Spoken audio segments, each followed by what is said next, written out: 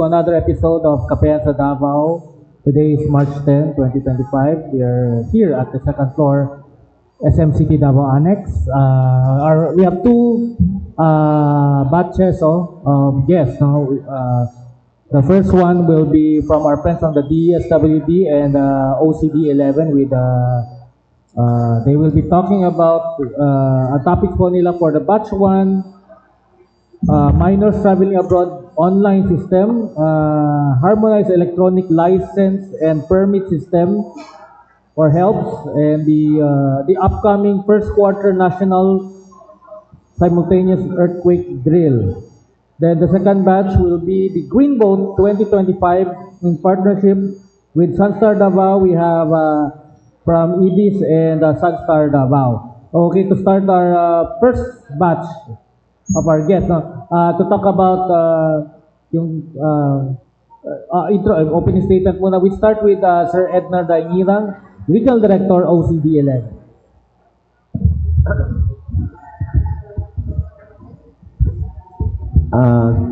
Good morning, everyone. So, my topic will be about NSED, the National Simultaneous Earthquake Drill, which is an annual event, quarterly for that matter.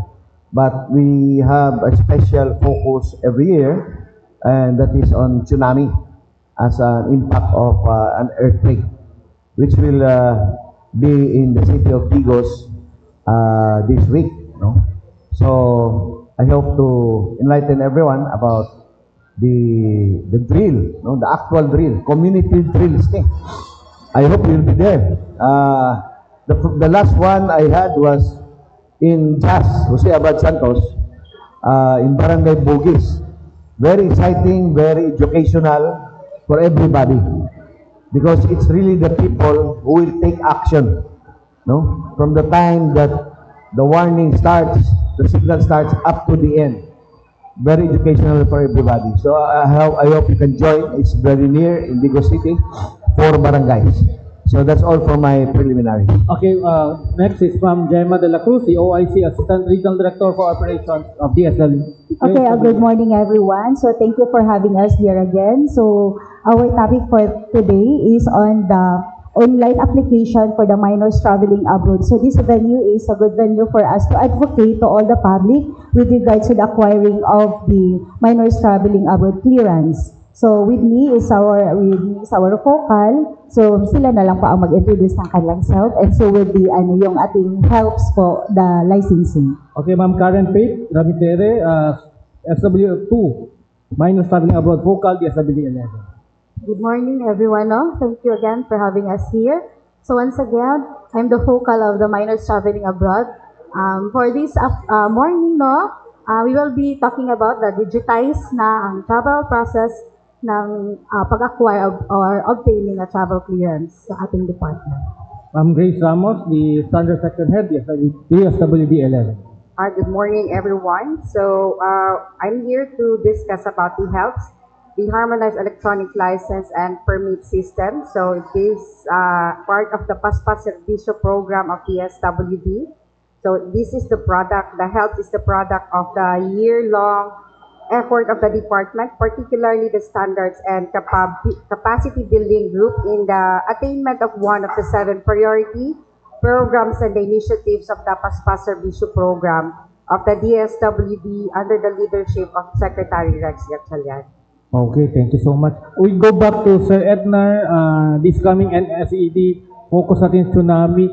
I remember NSED, pati government offices earthquake one, kasi meron pa rin yun, or tsunami ating... Okay, all the members of the Regional Disaster Risk and Reduction Management Council, 44 NGAs, national government agencies, plus the 54 local government units, and the non-government organization members are all expected to participate, no? And we will know what happened to them after an activity report that they will submit to OCD a few days after the activity. However, based on statistics, it's usually the biggest group that participates in this activity are the Department of Education, no? Ang DepEd na to, especially the schools. And in fact, diha po nato nakita ang need to strengthen preparedness in schools. Because if you analyze our society, the biggest population that is in one place at any time of the day are the students from preschool, elementary, high school, and college and universities, no? And even the risk is higher because the school buildings now are also higher, no? Kutob na mga 4, 5 floors na mga eskwelahan karon. And we have seen the earthquake disasters in 2019 in Davao del Sur, no? Wherein like in Municipality Bansalan, Barangay Barayong, the whole school complex of the National High School of Barayong National High School was destroyed, no? So the OCD is trying to improve, to widen participation of the schools, especially sa mga bata, no? And we are glad to report that DepEd as well has responded very well with the call of our government to have preparedness as one of the top priorities by downloading their funds, no? They spend so much money, they're spending so much money now for preparedness. I understand, abot na sila ang ilang preparedness from the regional office of the DepEd, naabot na sila sa provincial offices, karon na sila even sa district offices, sa mga heads of office and mga faculty and staff of DepEd. So we are looking forward towards organizing further DepEd, schools, no, into like the incident command system or the incident management team in every school. Although na-orient na sila, DRR focal in every school sa Davao region, I think in the Philippines, we also wanted, aside from the focal, to have the teacher or non-teaching staff and even parents of elementary school students part of the disaster team that will enable them to respond immediately even before barangay responders arrive in the place. So, because in disasters like earthquake, time is very much essential. So, aside from the major activities region-wide, as I've said, we have a special activity in the city of Digos, no? And this is earthquake, tsunami. Ibig sabihin, ang impact ng earthquake is one of those would be tsunami. So the scenario that we are together with Pillbox, the scenario that we will be working on karong Teacher Tracy would be 8.4 earthquake. So a tsunami occurring as a result of 8.4 earthquake. And this is not something na ingon ta i-imagine lang nato. Because way back in 1924, an earthquake struck in the city of Mati, and the coastal areas of Davao region were affected. Although the data is difficult to retrieve because according to Pillbox, gamay lang ang source, no, sa mga stories kung how high are the dagat, pila ka buok yun ang nangamatay, but it happened in 1924 along the Philippine Trench. And you know that the Philippine Trench na to kanang liki sa dagat, no? Ang liki sa dagat, the trans from northern Luzon down to Mindanao. That is the deepest, pinakalalong trench is na-address sa Tua banda sa Surigao, no? Now, with that, I think in the coming weeks, no, inani manggod, you have heard about the big one in Metro Manila. The big one is well studied, no? Dagang scenarios studied by experts on like 30,000 people will die on the first day. That's about the big one, the West Valley Fault in Metro Manila. But ang Philippine Fault, wala pa study. If the big one happens in Davao, what will happen? So that is one of the things that I would like to lobby this morning I went to Pillbox before coming here. Nag-discussion mi dito sa opisina sa Pillbox about the possibility of the big one and how it will occur and impact. Wala pag ay sila even study ang Pillbox. So I will recommend this to the central office soon, that I will request for a study kung how many people asa dapit unsa mga building o how extent will be the damage, so that we can prepare for it, no? Makapangandam ta, makita nato unsa kadako ang atong need for preparedness if and only if a huge earthquake will happen in our region, kanang atong gitawag na the Philippine Trench. Yeah. Okay, thank you. Then sa minors na yung sa application na yung minors traveling abroad, kasi nalaman namin sa DOT na may 4 na international flights and connecting Davao City like Hong Kong, may Bangkok, Bago, and Qatar. And marami na Davaoan yun kasi yung recent Davao Mega Travel Sale, families are traveling now to different destinations. Like isa Vietnam, maganda yung marami na nagapuan sa Vietnam and Bangkok. For DSWD, yung sa ating online applications, ilan na po ba ang nag-avail nito? Usually mga pamilya na yung mga with their minors. Or bago lang pa ito siya na-implement? It was implemented, sir, way back in 2017 pa po. Pero sa ngayon po, sir, meron na tayong 112 for the month of February na naitala po. For February, is it increasing ba with this opening sa mga bagong airline no connectivity? Since 2023, sir, no, nakita na to ang pagtaas sa mga traveling na minors.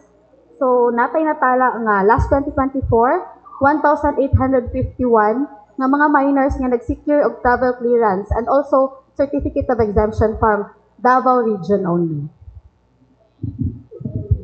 Then sa to Ma'am Grace, ano tong yung helps no, yung parang licensing, can you tell us more about itong programa or bago system? Okay. Okay. The harmonized electronic license and permit system, or the online registration, this is for the social welfare development agencies, or as we know, the foundations, agencies, this part of the public SWADAs or the private SWADAs, if you know of these foundations and the auxiliaries. These organizations have services directly to the vulnerable people. They are giving food or whatever offers they have. They must be registered. They must be licensed to give these services to the vulnerable group of people. So before, we have this manual application, but now we have streamlined the documents for the SWADAs to get registered and licensed. So we have streamlined. That's why this is the new feature of the helps, no? To also help the SWADAs to get registered and licensed. Okay, question? Good morning to RD Ednar. Good morning. RD, na ba tayo particular nga lugar kung asa sa Digo City, ipahigayon nato ang National Earthquake Drill karong 13 po? Yeah. There are 10 coastal barangays and bigos. The 4 ones are the most inundated, pinakaubos, ug dito ta magkita-kita. Barangay Sinawilan, Barangay Cogon, Barangay Aplaya, and Barangay Dawis. So it will be a full-scale tsunami and earthquake simulation. RD, tsunami nga senaryo ang atong pagkahimuon. Paunsa ba nato madetermina kung ang usa ka linog no magmugna na nig tsunami? First, ang linog gikan sa dagat. No? Ang earthquake, ang source, ang generator sa earthquake gikan sa dagat. And usually pag dagat sa mga trenches, sa mga liki dito sa dagat, no? Second, the telling sign is aside sa kakusog sa linog, the sound. According to Philbox, ang ilang simulation, murag 100 kadagko nga track nga sound nga nagrevolusyon ha, madungog nimo sa dagat. So, if the coastal, isa na sa mga training ihatag sa ilaha, no? Na, sapol, gabi, di man nila makita the sound, no? If there are about, makadungog sila, linog, then after the linog, kanang galinog, kusog sila, rumbling na sa atong dagat. But during the day, of course, there are other signs, like makita nato, mag-receive ang kuan, ang dagat mo atras kana dako na possibility pagbalik ana mao na ang tidal wave. And usually tidal wave tsunami sa una tidal wave may tawag ana. Ang usual ang kining 8.4 o 8.5 na scenario ang ginasulti diri, you have 19 minutes to leave the place. So mao nang praktisan nila. Dapat 19 minutes, wala na yung tao dito. Everybody is in the evacuation center. The highest point, and most, dali lang maabot sa ilahang community. Identified na we had series of meetings in the community, series of simulations as well with them para masabdan nila. So, ang actual execution will be 3 p.m. on March 13, simultaneously sa upat ka barangay. Naabay explanation, RD, nganong sa Davao del Sur, kinitungod ba kay dagang fault line sa maong probinsya? No, it's not the fault line. It is ang fault line magod sa yuta. Ang fault line, liki sa yuta. Ang trench is liki sa dagat. Okay. Nganong Davao del Sur? Because, one, historically, in 1924, pag dakong earthquake sa Mati, southeast of Mati, ang Davao del Sur was also affected very much. No, one of the towns nga affected. Second, medyo mubo sila. No, inundated sila compared to the others. Okay. Now, aside from the location, we wanted to check. No, remember ang city of Bigos, nag-expand na ang urbanization nila dito sa mga coastal areas. Sa una, kung sa kining Aplaya, halos walay tao diha, kung na may tao, gamay lang. Karon highly urbanized na nga lugar, no? Daghan ng tao. We wanted to check the readiness of the city government of Bigos. And in fact, they are our partner in this. Ang partner na to, ang city government of Bigos, under the Mayor Cagas, and of course, the barangay officials of the 4 barangays. Thank you, RD. To DSWD. Ang kining ato ang application sa online sa travel clearance, pila lang po ni ka minuto pwede makuha sa aplikante na abay bayad and na po'y renewal sa moong application.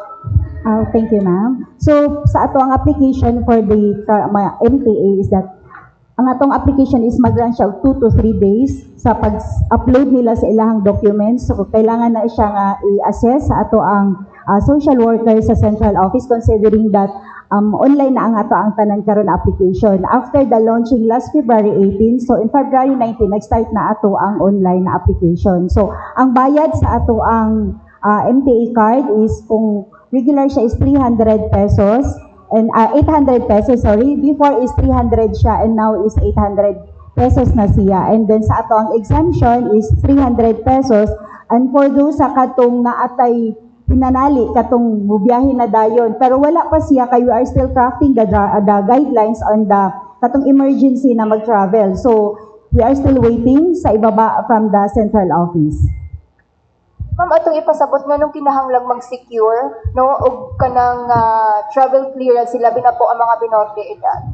This is based on the sa law natin mga gipangbasihan ating nga mga balaod. So una-una diha sa atong anti-trafficking law because the DSWD is responsible in the protecting sa children from abuse and exploitation. So basi manggudog na yung mga bata nga dalahon sa laing nasod na ang purpose is lahi ang ilahang purpose. We really have to protect our children. So with that, the EO 17 gi-amend karon sa atong MC 22 nga mas gipahatagan pa og kabugaton ang ato ang pagprotekta sa atong mga kabatan-unan. So mo na siya pag 18 years old pababa, pag dili mama or dili papa or ginikanan ang kuyog, so they have to secure travel clearance from DSWD. So naiuban na mag-secure gihapon maski mama pa ang kuyog or father, so we have to issue a certificate of exemption. So kana sila naniguro kay para dili sila ma-hold sa Bureau of Immigration. Thank you.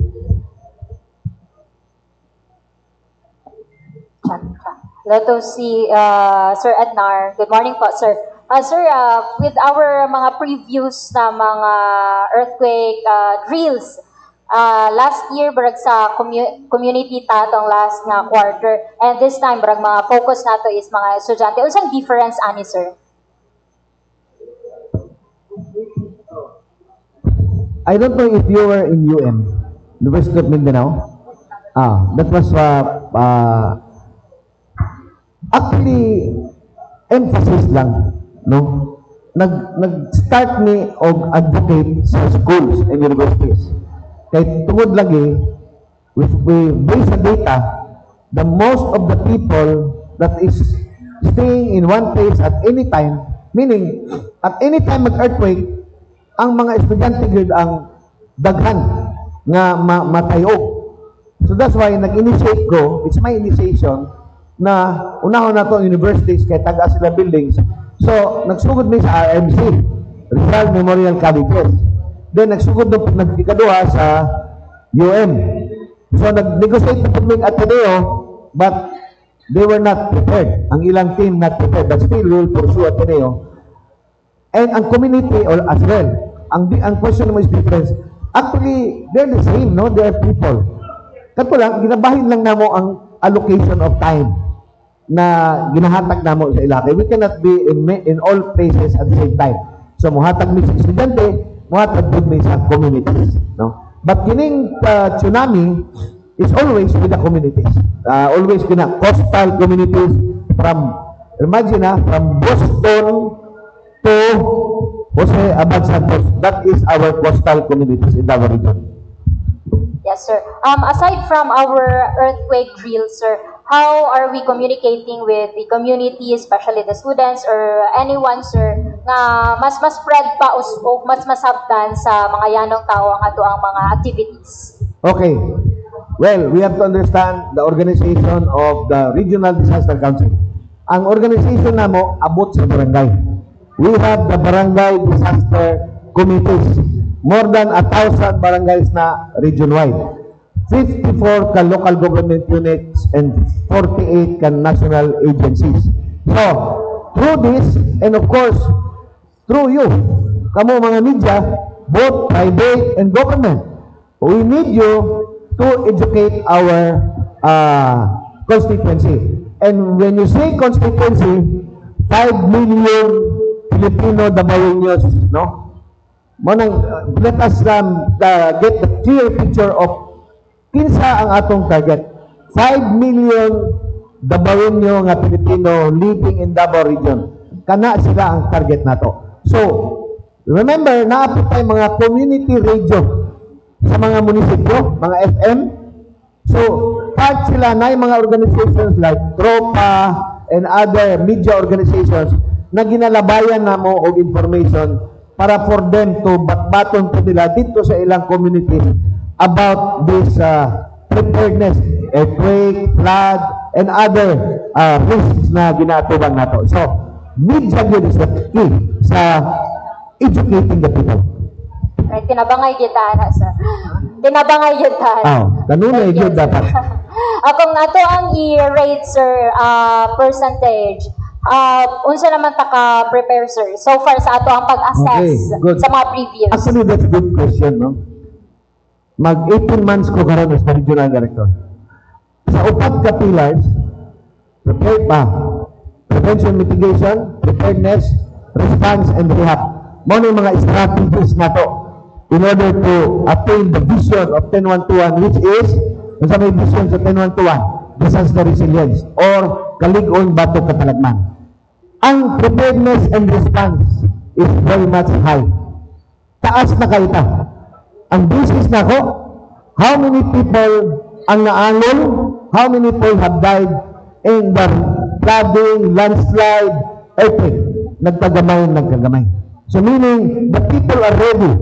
The evacuation centers, the barangay disaster committees, responders, municipal disaster response, DSWD is always there, manghatag og food tax or food tax na lang.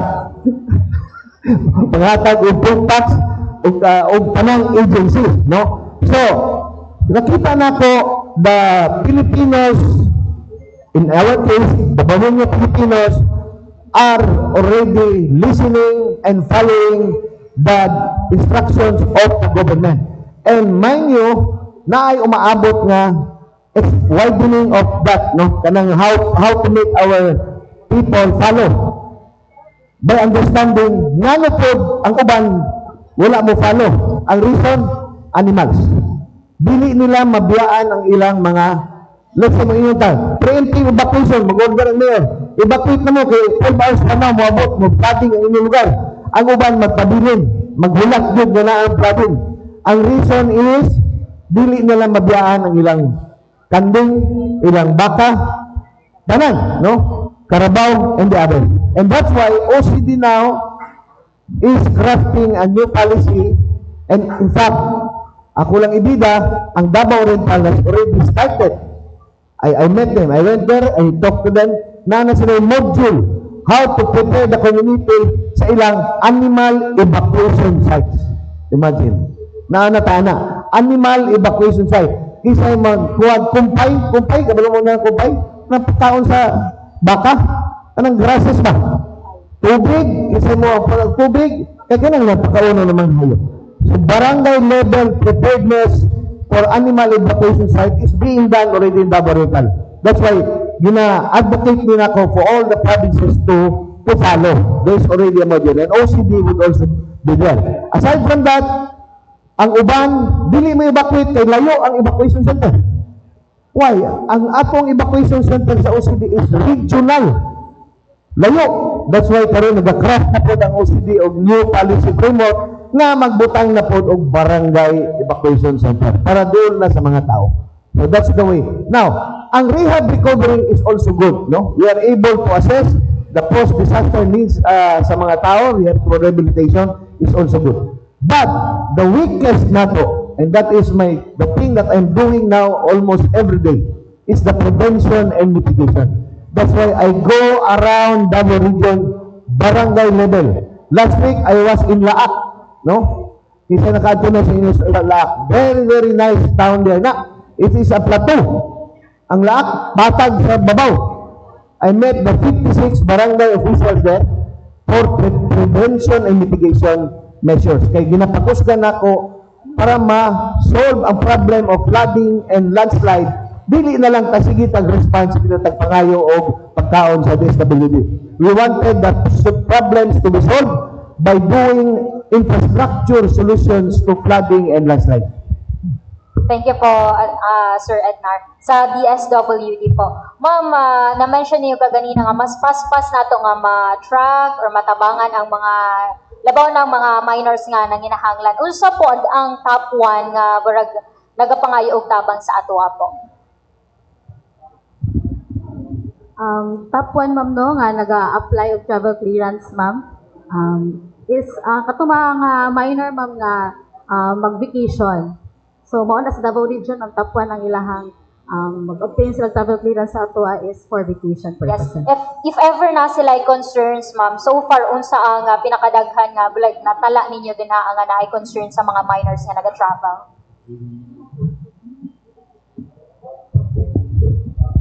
With regards sa concern, ma'am, concern on the application. Yes, for example, if gusto na nato sila nga i-track, ma'am, with, or I don't know if appeal pa ba sa inyo, ha? Na-under pa ba? Kung gusto nato sila i-track, kung kumusta na sila, kung saan na nakita po sila, ha? Wala, ma'am. Kasi as we as we issue the clearance is na nasa ilaha and then magbiyahe na sila. So, the tracking is wala na po sa ato. Unless kung naka-red flag ang ato. But then, during the assessment, makita na nato nga na siya red flag. So, there are a lot of applicants nga ato agad siyang i-deny. So, we wrote a letter to the applicant that their application was denied. Kasi nga po, makita nato nga unsa iyang purpose. Because application is makita na nato what is your purpose of going to that particular area. Lalo na pag dili parents ang kuyog or unsa ba imong purpose, nagbakasyon lang baka kinsa ang imong kuyugan. So diha pa lang during the assessment is makita na nato na siya red flag. So ang pag ma-issue na nato ang ato ang clearance for those eligible na mga applicants. So usually kasi dili na nato gina-question lalo na pag joining parents, vacation together with family. Pero ang magkuyog is the lola and the lolo kasi nga naguna na dito ang mga parents. So, kana siya, automatically we issue the travel clearance. If ever na sila sa inyo ha ma'am to apply, unsa ang mga requirements nga kinahanglan nila dalaon before nga mag-anha po? So before ma'am, we have the list of requirements, but then karon man good with the online application that we have is ang ato na lang ning gamay siya pero ang assess ni Ana is ato ang sa central office. So they have to upload all the required documents such as the QR coded birth certificate from the Philippine Statistics Authority and then the QR coded PSA issued marriage contract of the minor's parents. So the valid ID or passport of the parents with signature, scan copy of the colored passport size photos of the minor, passport of the traveling companion. So, if family friend or foreign companion, so naay tay mga gina-required po na certificate of registration. So, notarized oath of undertakings if non-relative, and then affidavit of support and certified copy of evidence of financial capacity or capability of the sponsor. So, kanilang siya, marag nag-shorten ang ato ang requirements, but then, kailangan nilang i-upload para po ma-assess sila dito sa ato ang social worker nga dito sa central office. Pero kani siya, then you can also see the, we will post it sa amo ang website para ma-access siya sa tanan for those who are planning to travel. So, kani siya, we had a series of orientation together with our local government units since sila ang ato ang partner because before coming to the regional office ang ato ang mga apply for travel clearance, nagahapit sila sa LGU. So with that information, so then ang atong LGU na makahatag sa ila with this website nga ihatag sa ila. So there's no need for them to go to the regional office to apply, but then at the convenient time, pwede na sila mag-apply sa ilahang balay. So next for that is kinsa ang pwede mag-apply. So it's their parents, the minor's guardian, and the foster or the adopted parents sa ato ang minors. But then, naapagihapay interview nga paghahimuon para sa ato ang minor to situate na katubong minor ang maong i-travel. Thank you. Ang interview, ma'am, right after nga ma-accomplish na niya ang online nga mga like pag-fill in. Yes, pag-upload nila sa ilang documents, they will receive a confirmation or an email na kanasa sila pwede na i-interview or pwede sila mapili kanasa sila pwede i-interview. Thank you po. Add din ma'am, no? So, upon obtaining a travel clearance, 2 to 3 working days siya. So, upon scanning sa mga documents, naatay 1 day for screening of our documents. That's why we are encouraging na before, katong manual application pa, pwede pa tong any na PSA na certificate, birth certificate or marriage. But now, should be QR coded na po ang ato ang mga i-upload sa online. So, after screening, no, taga na tog 1 day ang ato ang system to screen. After that, si applicant pwede na siya magpili at his or her convenient time kung ano siya magpa-interview. This is a virtual conference between the social worker from the central office, the applicant, and also invited sa interview ang minor at saka yung traveling companion, ma'am.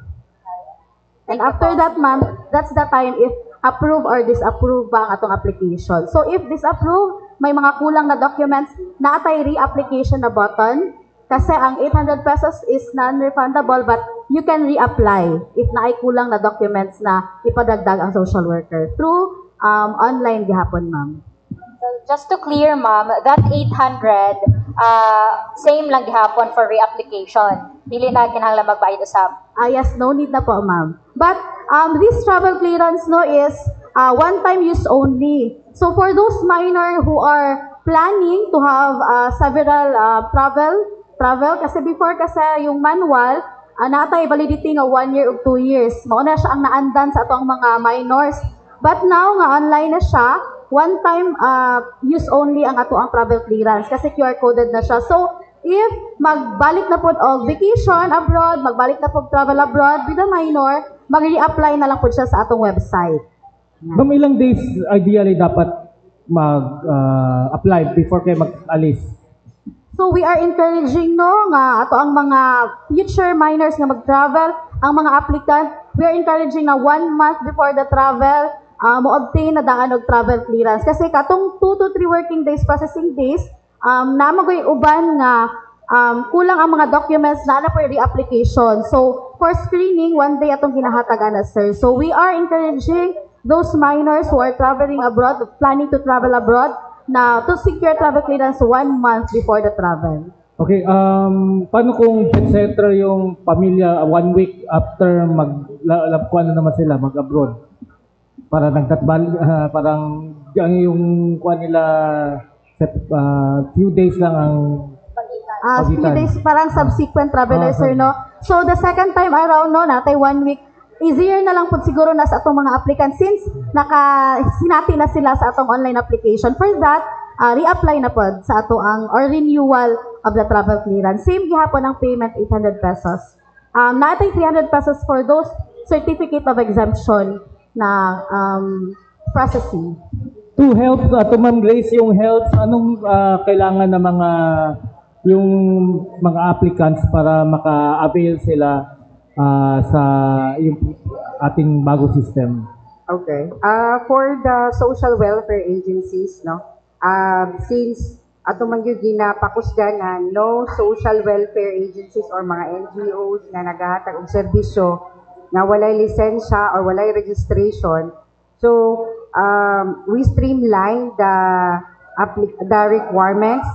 No, at least you can have the copy of certificate of incorporation with the Security and Exchange Commission or SEC, updated articles of incorporation and bylaws wherein the applicant must be engaged mainly or generally in social welfare and development activities.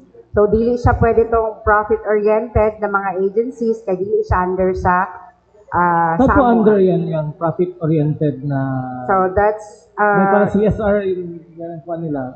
So, kung profit-oriented, that's business naman. So, sa SEC, pero murag sa DTI or depende kung asa sila ano ni city na sa business.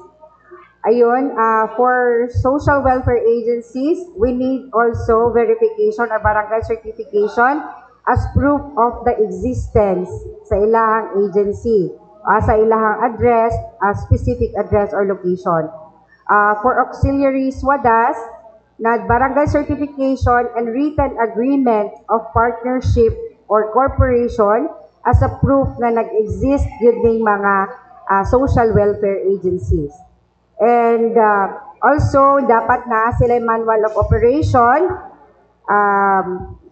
naabot tayo minimum prescribed content, and then the financial requirements, the work and financial plan sa agency, and the notarized application form of registration and licensing. Of course, na din mapil tong na sila'y permit, security permit sa ilang location, building permit, sa fire, and of course, potability of water. Meron pa tayong na-monitor na mga unlicensed social welfare agencies? Yes. Dito, and may crackdown ba tayo? Yes. We have, mas dali man siguro na kung masulti na, we have currently in Davao Region, 138 unregistered or unlicensed, no? We have several agencies, social welfare agencies in Davao Region. Most are registered and participative, no, nagakuha gyud og permit kanunay, nagapa-update yun silang registration or naga-renew. Apparently, with this 138 mga unregistered na mga social welfare agencies, we don't know for a fact unsa ilang reason of closure and non-renewal. Most of the reasons is the certificate of kanang dugay ang fire safety, dugay lahang SEC registration, and wala pod sila kanang certificate na safe ang ilang location. Close na to sila. Wala, hindi na sila operation. Naga-exist, na lang gyapon May naga-operate. penalty ani. Since the DSWD is not the armed group, we can only report them to the DILG, sa local government, for them to help us to reinforce the closure of these agencies. Okay, thank you. So, Sir Ednar, you talk about animal evacuation. Meron naman good yung mga animal rights advocates, yung mga animal welfare advocates, yung mga ginaiwan yung aso, pati pusa, mga pets when evacuation. Meron ba tayong movie parang ganun din ginawa sa Labor? Although yung Labor livestock man good yun. Yeah. Meron Kasama lahat, aso, pusa, hindi lang livestock. Ang Animal Evacuation Center includes all animals. So, in fact, we will work closely with animal advocates, katong nag-save dito og mga injured na mga iro, mga anak. I think they can be of great help pag-provide og input niya. No. Thank you. I will entertain a few questions kay mag-part 2, si Carlo din. Alright, good morning sa atong mga distinguished guests at this juncture sa DSWD. I'd just like to ask about this for clarification. How can you be sure na very transparent and complacent kung mo apply sila for the minors traveling abroad application? And namoy ang mga instances na pag-screening ninyo sa mga application, there are some instances na basin mo alter ang mga information within the personal info sa minor nga bot mo travel abroad. So how can you be complacent with that po? Okay, sir. Katong face-to-face pa ang ato ang assessment. So, kailangan dyan nato i-thorough assess ang ilahang mga documents. So, makita nato kung na-alter o naagit po yung mga gina-fake nila nga mga documents. But with this time, we believe that our assessor at the central office are also kinanos dito sa ilahang pag-assess sa mga documents because they are also well-trained when it comes to the assessment of the documents sa ato ang mga applicants. So, kana siya nga ang ato pong mga kaning mga applicant po, they are also compliant po dito sa ilang pag-apply o pag-upload sa mga documents because sila po mismo dili po gusto nga kanang ma-offload or dili mahatagan og travel clearance because ang uban manggod kasi sir is nakapalit na og ticket prior sa ilang pag-apply og travel clearance. So kailangan lang yun magiging religious sila sa pag-comply sa mga documents. Last na lang on my end regarding gihapon, how can you also assure na katong ingon nato nga mga minor for clarification pod in regards so unsay reasoning sa ilang pag-travel kay basin gamiton nila for some other purposes nga dili haom sa ilang pagbiyahe po? Yes, mo na nga kailangan gid ang assessment is very important. The interview is very important kasi nga po makita nato the purpose of their travel. So far sir, wala pa gamay pa man lang pod ang ato ang nakita nga na red flag. That is why interview is very important. So karon is naging face-to-face na interview nga ginahimo with the central office with this virtual nga ilang interview kay para po makita nato unsa gyud mga purpose kay mas lahi gyud po tong face-to-face nga ginahimo nato kay makita nato the truthfulness of their answers sa ato ang mga question because we have to protect our children also nga ma-traffic sila or mapa-daot ilahang pagstay dito sa laing nasod po. To add on with your question, sir, it is part also of the assessment of the social worker. Even sa online, naghahatag silang additional requirement for such reasons po. For example, educational trip, no, na ay mga additional requirements na wala sa mong list. It is because it is the discretion of the social worker. It is part also of the assessment if he needs or she needs something from the client. And that, sir, the minor, the parent should provide. If not, pwede siya ma-disapprove. Hello. Hello. Ay, kay ID po. ID, dapat estimated pila ang mo appeal ugma sa drill. Appeal ba ang mga establishmento? Well, sa NSED, apil ang mga gina-encourage na to tanan. No, not only the RTMC members. And daghang mga corporations po, private companies na nag-report after. No? But, of course, workday siya, gina-promote pa nato nga anggulo. For example, in our case, ang amo ang mga silingan ng mga business establishment, gina-participate na mo sila. That's a good point, no? We have to encourage more private sector to participate. Yeah. Na-mention ni mo, RD, upad ka barangay ang mo appeal ugma. Ang sa may process ato ang drill ani per barangay or dan sa kalokasyon? Simultaneous per barangay. Isa lang ka sound na. 3 o'clock sa... By the way, usually 2 o'clock man atong drill. This time, i-adjust to 3 o'clock tungod sa heat index. Kasi nationwide man eh. So, init man dito sa Ilaha, init kayo sa Manila, so i-adjust siya to 1 hour. So, 3 o'clock na karon ang National Simultaneous Earthquake Drill. So, unsay kuan ay RD? Pamaagi? Pamaagi. Okay. Ang pamaagi, mga purok sa barangay, nga tubangan yun sa dagat, ang mga residents, gina-meet na, gina-train, gina-organize. Tapos na may anak, no? Di-train sila, di-orient with the barangay officials. Pareho itong question ko niya, unsa madungog mo, how would you know na it is already a tsunami? Then, nag-practice pa yun. Nag-practice pa. Early warning, unsa madungog mo sound sa barangay, itong ilang madungog sa tanan, then what to do? Step 1, hangtod mo balik. Pagbalik ka na, there's evaluation. Post-activity evaluation, na yung mga evaluators na nag-observe sa whole process so that we can see improvement for future tsunami drill. So, household level yun. Ang mga katawhan yun mismo ang mo appeal sa drill. Lasa lang, RD, na ba tayo sa mga senaryo sa pag-ipakitaan? Well, ang scenario, of course, katulad nako nga adunay earthquake, tapos ang tsunami. So makita nimo dito, manggawas gyud ang mga tao sa ilang mga balay. Then they walk, naka-observe naman ko sa sa Barangay Bugos Class. Nanggawas sila, dala ilang mga gamit, dala ilang ang mga anak, ang mga tigulang, apilpod, gina-assist nila. Kahit naman na sa discussion, katong inyong mga tigulang, for example, ang children, nagay mo assist. Then they walk, kung asa padulong ang ilang evacuation center.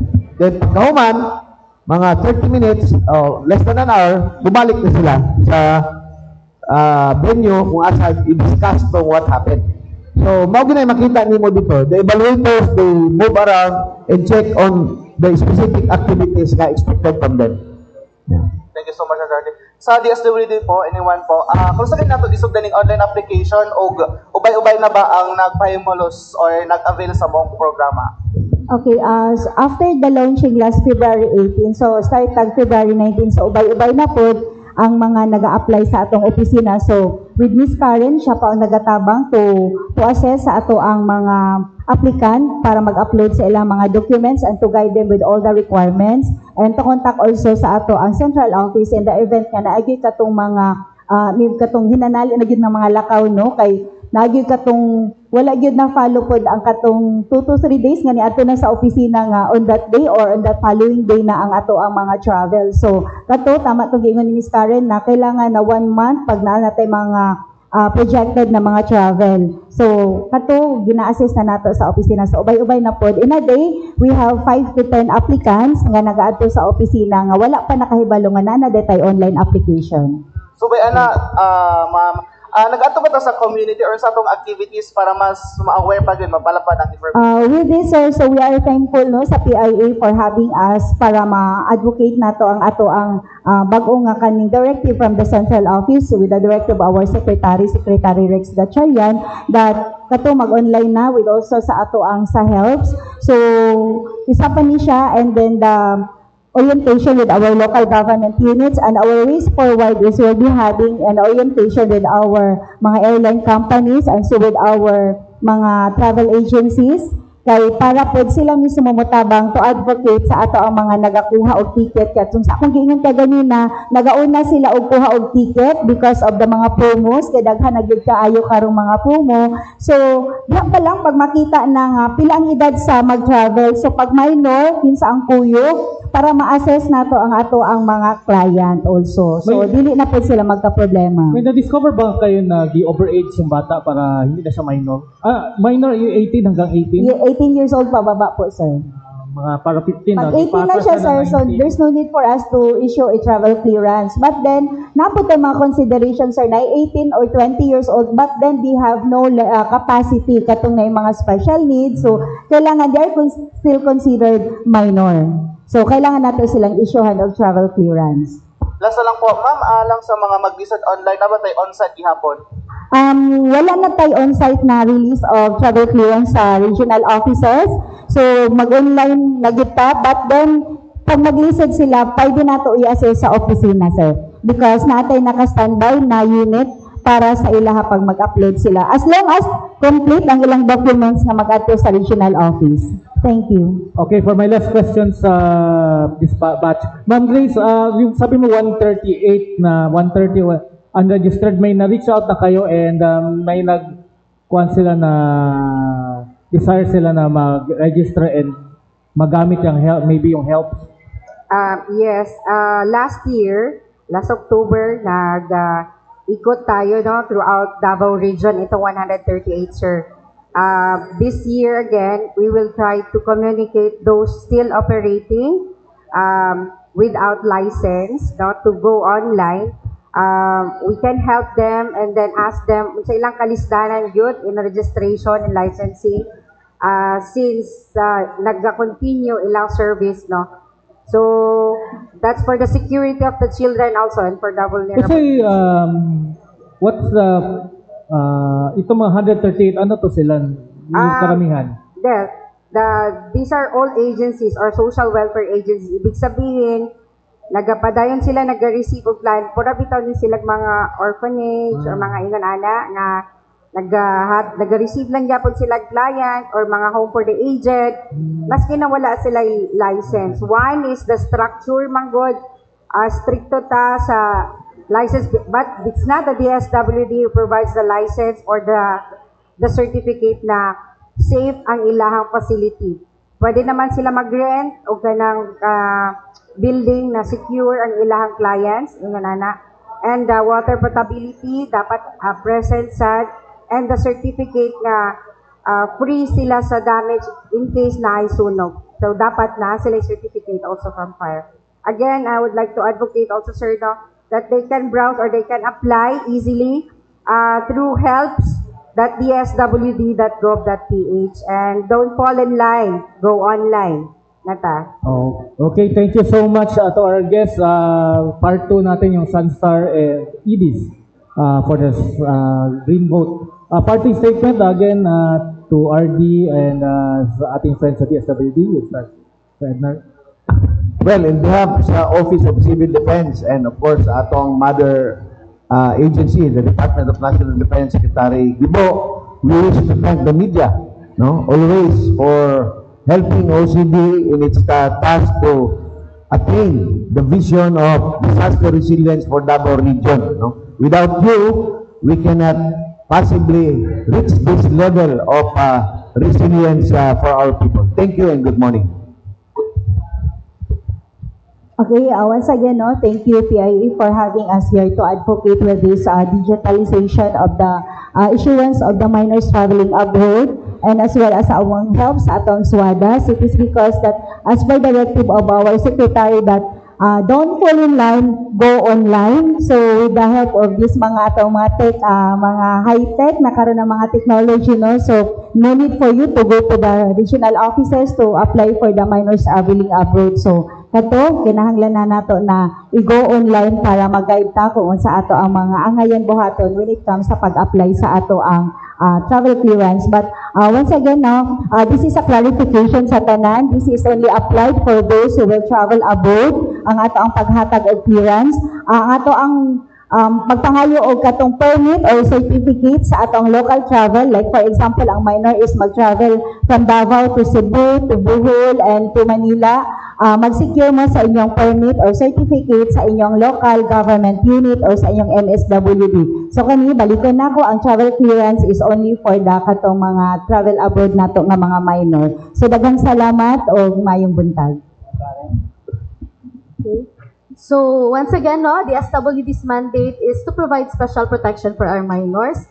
So mga yumigtabang sa atong mga friends, partners from the media, no, to spread the word that mga tuang minors traveling abroad na nasa online at mta.dswd.gov.ph. So from processing, payment, and assessment will be done online. Once again, in DSWD, don't need to fall in line, just go online. Okay, for those who are already engaged or planning to engage in social service or social welfare agency, no, magpatukod og foundation na ay plano nga mag-amuma og mga tigulang, home for the aged, or care for the youth, for the children, or for the solo parents, whatever it is, the social service that you wanted to open or engage with, do not forget to register, license, and thank you sa media, no, to help us in spreading the word that dili delikado, mas maayo kung rehistrado ang inyong foundation or mga agency. Basta rehistrado, lehitimo, ang protection ay sigurado sa mga kliyente. Thank you. Okay, thank you so much for that. That's for batch 1, no, of our guests from DSWD and OCB, Sir Ednar, Ma'am Gemma, Sir Ma'am Karen, and Ma'am Grace. Part 2 will be about Green Vote 2025 with EDIS, ating suki itong EDIS and Sunstar Davao with Ralph as Ralph. Okay, we have Milky Shane Gindon, Justin Joshua Pungyan from EDIS, and Ralph Lemit from Sunstar Davao. They will be talking about what is this Green Vote. Opening statement, we start with Ralph. Sige, iskuhan na lang. EDIS. Hello. Mayong buntag sa atong tanan. My name is Milky. I'm the Policy Advocacy Officer of EDIS. And this morning, we will be sharing to you the upcoming campaign of the Interfacing Development and Preventions for Sustainability called Green Vote Campaign. Basically, ang tulong sa Green Vote Campaign is to raise awareness labi na sa atong mga voters regarding the upcoming election this May 12, 2025. So basically, ang pinaka-important na part sa Green Vote Campaign is raising awareness sa mga voters in terms of mga environmental advocacy sa mga mudaganay karong election.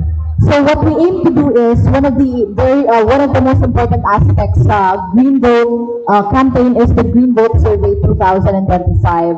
What we aim sa survey is we will be giving out these surveys sa mga upcoming candidates for this election, wherein there will be specific themes or mga issues na ibutang sa survey para mahibawan na mo sa ilang stand sa kanilang mga issues and what they aim to do or sa ilang mga advocacies regarding sa atong environment.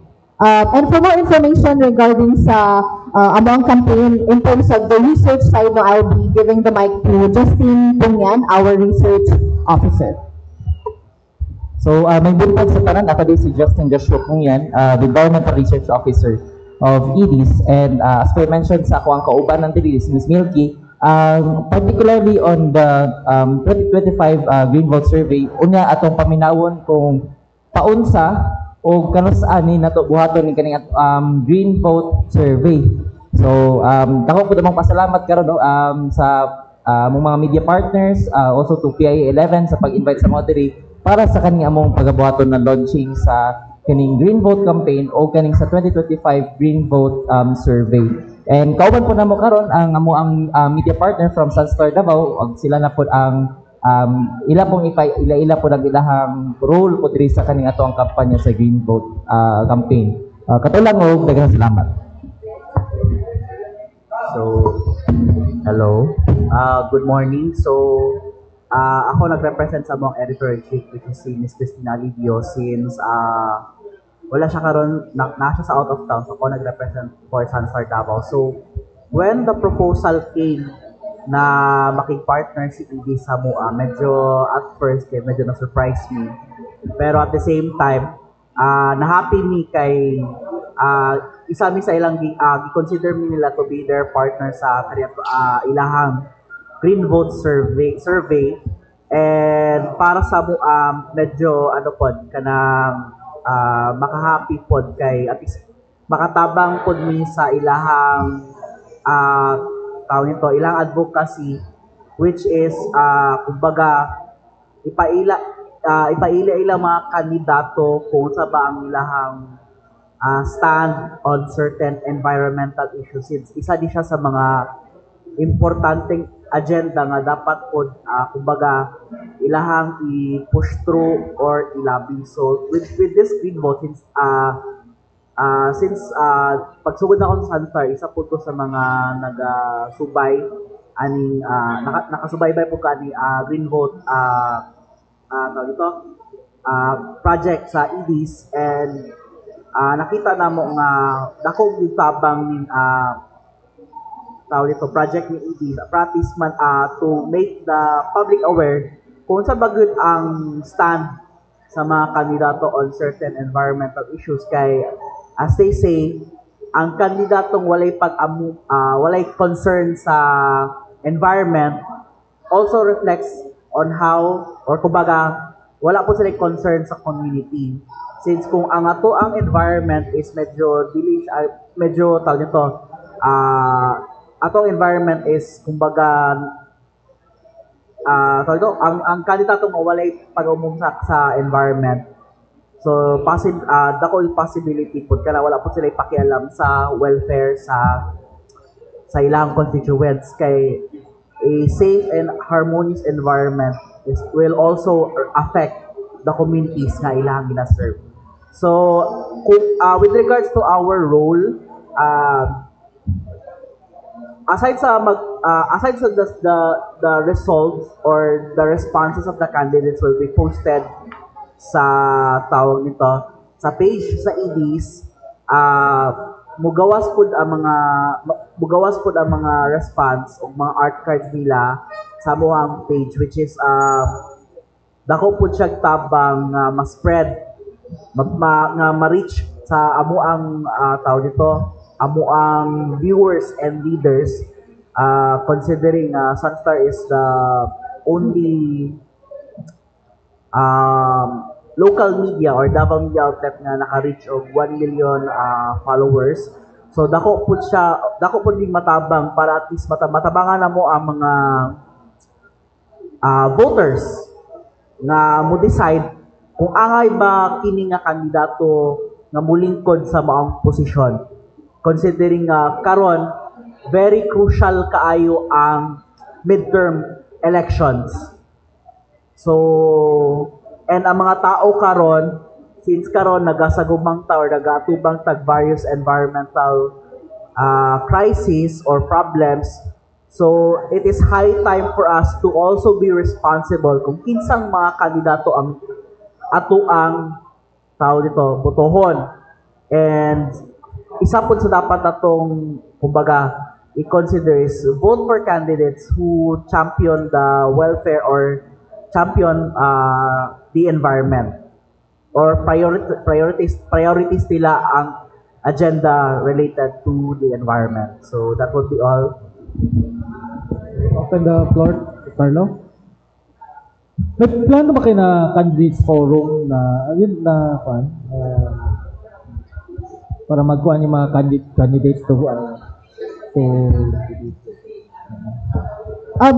We will be conducting po a public forum after na mag-gather yung results ng survey. However, yung forum po is basically to present to the public yung results ng survey. We did consider yung parang ginagawang debate between mga candidates. However, there's no certainty po kasi na they will be attending the said forum. So instead, we will make sure na we will be able to answer the survey we will be providing. We will use all means naman po, visiting offices, providing this to their emails to make sure na makita nila yung survey. And we'll be giving them naman 1 month to answer.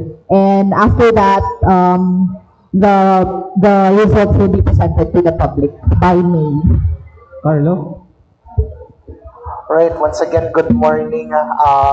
Any of you can answer with the question in regards ingon nato na when will it start, katong period for the survey and for those candidates that they will likely to answer in regards sa environmental challenges and concerns that needed to be heard by the public.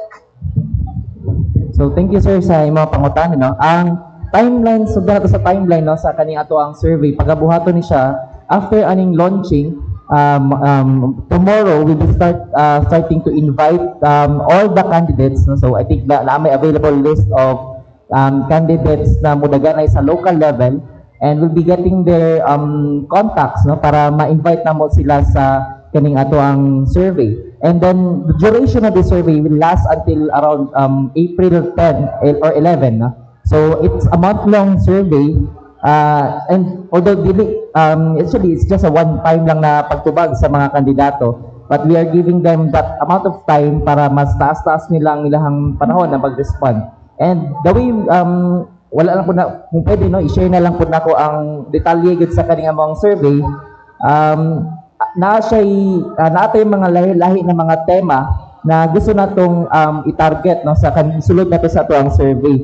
So, sama sa mga, some of these themes include like watershed protection, sustainable tourism, solid waste management, urban livability or good agricultural practices, sustainable or clean energy, bottleneck policies and good governance, coastal and marine protection, and in terms of the indigenous people's ancestral domain. So, example sa pangutana ani, kanit na mga per theme na siya mga around 1 to 2 questions.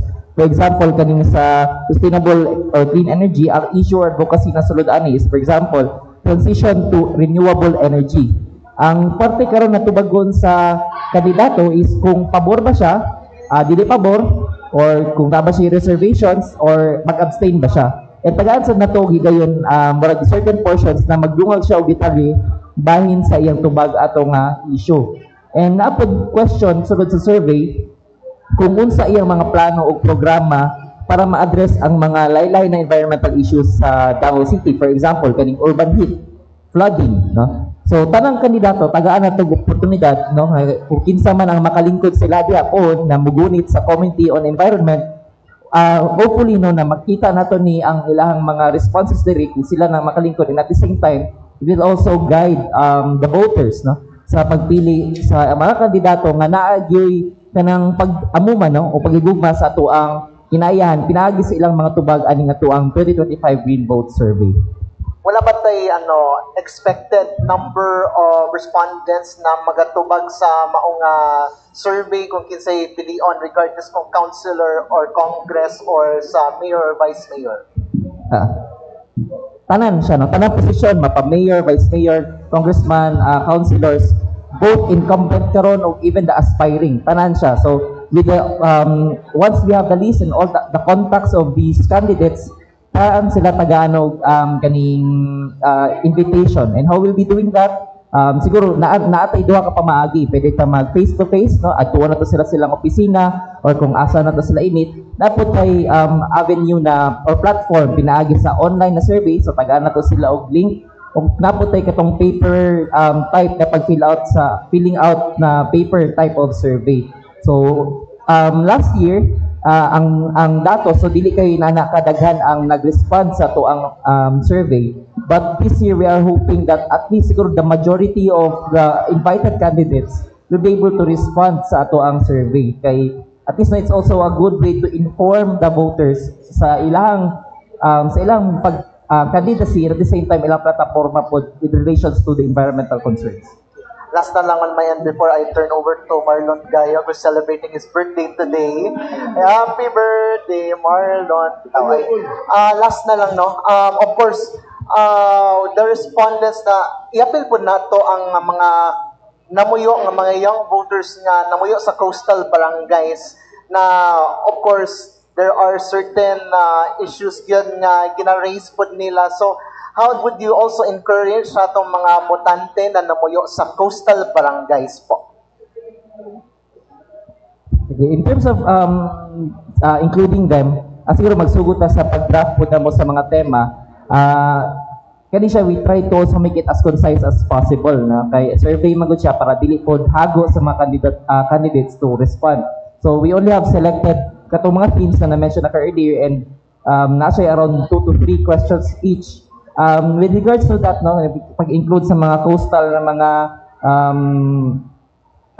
na mga issues, na ay mga questions, no, pero dili na to gyud to exactly makuha gyud na to, no. But with isa na siya sa expected outputs na to, no, na once we have posted the results and we have publicized the campaign, it will trigger conversations in the online platform, and it may be, no, the platform para mas mapagawas pag itong mga lahi pa na issues na nagyatubang sa community, no, as outside sa kaning among nasulod diri sa among survey. So dili man gyud tanan masulod nato, no, sa kadagan ng problema na ginatubang sa particularly sa environmental issues. Hopefully this campaign, and with the platform that we have, with the help of our partner, no, from Sunstar Davao, and also from our page, with the followers na naami karon sa mong page, dito ta maka-trigger karon og discussion and mapalutaw tong mga issues. And we also hope that katong mga kandidato po, ila po itong mabasa, makita po to na pwede po to nila tan-awon, and at least in that way we can at least, no, napagawas to siya, napalutaw to siya ng mga issues. So, hello sir, Marlon Gayog ng Energy FM. Daghan mag-survey ng gawas on, and we know na election, daghan yung mga survey firms na nagahimo og election survey. Unsay galahian sa inyong survey? Sa uban. Sa survey na. Sir, at the same time, happy birthday po, sir. So, kalahian sa mo ang survey, sa ubang surveys, una siguro ang EDIS as an organization, with regards to the election na campaign period, we are a non-partisan organization. Wala may ginagapigan po na kandidato, and ang goal gud na mo is the way we present all the results of this survey, and at the same time na mga tubag sa candidates is pantay-pantay. The only focus of our campaign is more of the environmental concerns. Dili mi nakatutok sa kung sa ang pulso sa tao, kung kinsa ila paboran na kaning kandidato. Ang tumong sa among survey is mapakita kung kinsa ang mga kandidato nga naay mga programa, particularly sa on certain environmental issues. Ang focus man gud kani karon is more of the environmental concerns, and it's also related to our organization sa advocacy ng mga environment. And hopefully this campaign or this survey can inform the voters, no, on if on their kanang kinsa pa gid ang kandidato nga naay kanang ang ilahang pagdagan, no, sa pagdagan, no, towards that position or an office is naka-align, no, towards environmental advocacy. So I think that that is what differentiates our survey from other surveys. Another additional input, sir, no, ang difference po sa among survey kay dili siya mag-end as survey only, kay only we will be conducting a public forum. So dito na paghibawan kung sa ang mga details and results sa nakuha namon ng mga survey, and we will be giving out and providing to the public ang katong responses mismo sa mga mo-answer sa among survey na mga candidates for this coming election. So even if wala sila response, we will be showing the public na kanina mga kandidato wala sila responses sa among survey na gihatag sa ilaha. So the public will be aware kung unsa na mga answers or responses ang makuha nila gikan sa among survey. Davao City lang ni siya. Yes po, Davao City Davao only. City lang. Oo. Local. At the same time, national, wala. Nag-focus mi sa Davao City. Davao City So, mayor election. down to councilors lang. Yes po. Aside from Sunstar, are you also exploring mga ibang media like mga online vloggers, on content creators, and also part to because marami tayong environmental issues. Do we see talaga with the survey before even on a survey, meron ba tayong yung tao meron bang green vote factor na dapat i-consider ng mga kandidato? Sige po. Siguro in terms of sa polisiya, no, daghan na good existing na balaod ang Davao.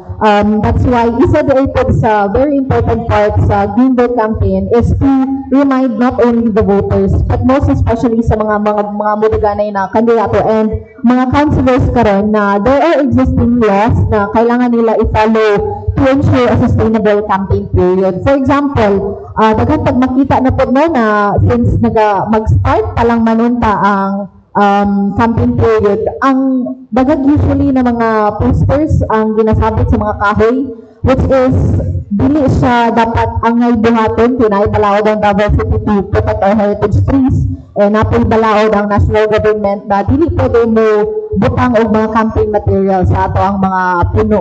And another one is in 2002, former Mayor Sara Duterte provided an executive order. If I'm not mistaken, it's executive order number 52. Pero ang tumong ato na executive order is to ensure na ang ato ang mga mutaganay na mga kandidato should make sure na they would clean after themselves. So, i-collect nila ang tanang mga materials nila during the campaign election para ma-make sure na dili mag-end up ang ilahang mga posters and other campaign materials sa ato ang mga landfills and waterways which will cause more environmental problems sa Davao City. Yung expand to other yung karon no ang among gitap gid na main partner ginamo sa amo ang kampanya is ang Sunstar Davao. In terms of katong naingon nimo sir about other media platforms and also no katong mga vloggers, the only way we can invite them is actually in terms of the presentation na sa getting sa data results. Siguro we'll be inviting media partners sa mga public forum as kanang part po sa ila kanang siguro making it public po no ang kaning atong resulta that will be on May, around May na siya, wala pa tayo final date. So, if, of course, if they will be helping us in publicizing the results, no, from what they have witnessed or napaminawan nila sa presentation sa public forum, it will be a great help also, no, para sa paggawas sa kaning atong resulta sa survey. So, naapay maabot tayo na public forum sa resulta sa Green Vote Survey. Dira na to ma-invite ang atong mga media partners, even mga vloggers or even kanang ordinary citizens na interested makabalo. Clarification, kailan ang time ng survey? Ang survey na to magsugod kay since today is the launching of our the Green Vote survey in the campaign itself from March up to April 11. So after waagi mi sa process of kaning pag-analyze sa data. And then we will be posting that around mga end of April prior to the public forum. So through the use of social media and of our media partners, dira na to magpakita ta sa mga resulta in public materials ba siya na format. Inana ang timeline na ginatan-aw na to karon sa kaning nato ang Green Vote campaign. Okay.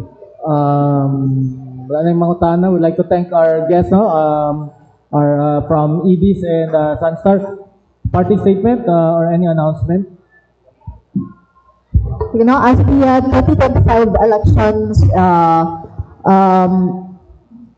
approach, this is encouraging all stakeholders, no, not only voters but as well as upcoming candidates and the public na mag-participate sa amo ang Green Vote campaign, and it's a way to encourage everyone to select candidates who will make sure na mabutang sa ilahang advocacies ang pag-ensure na not only the people of Davao are protected but as well as the environment. And another is we're making it clear na EDIS is non-partisan as well as Sunstar, and our main advocacy is to raise the public's awareness sa upcoming na election.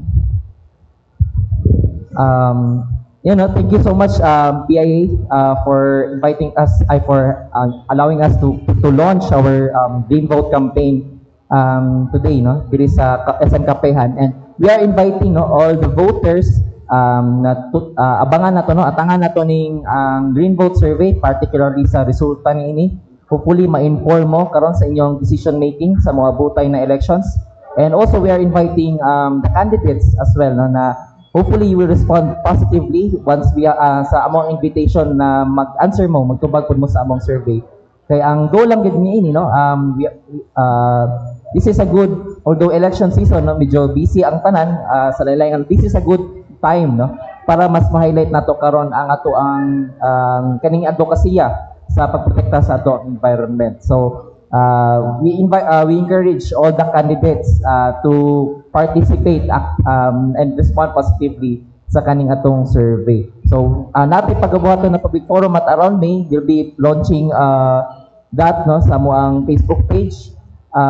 And also, if napo may mga pangutana ang mga kandidato regards sa dugang detalye sa ato ang survey, you may reach out to our Facebook page, that's Interfacing Development Interventions for Sustainability. Katulang og daghang salamat.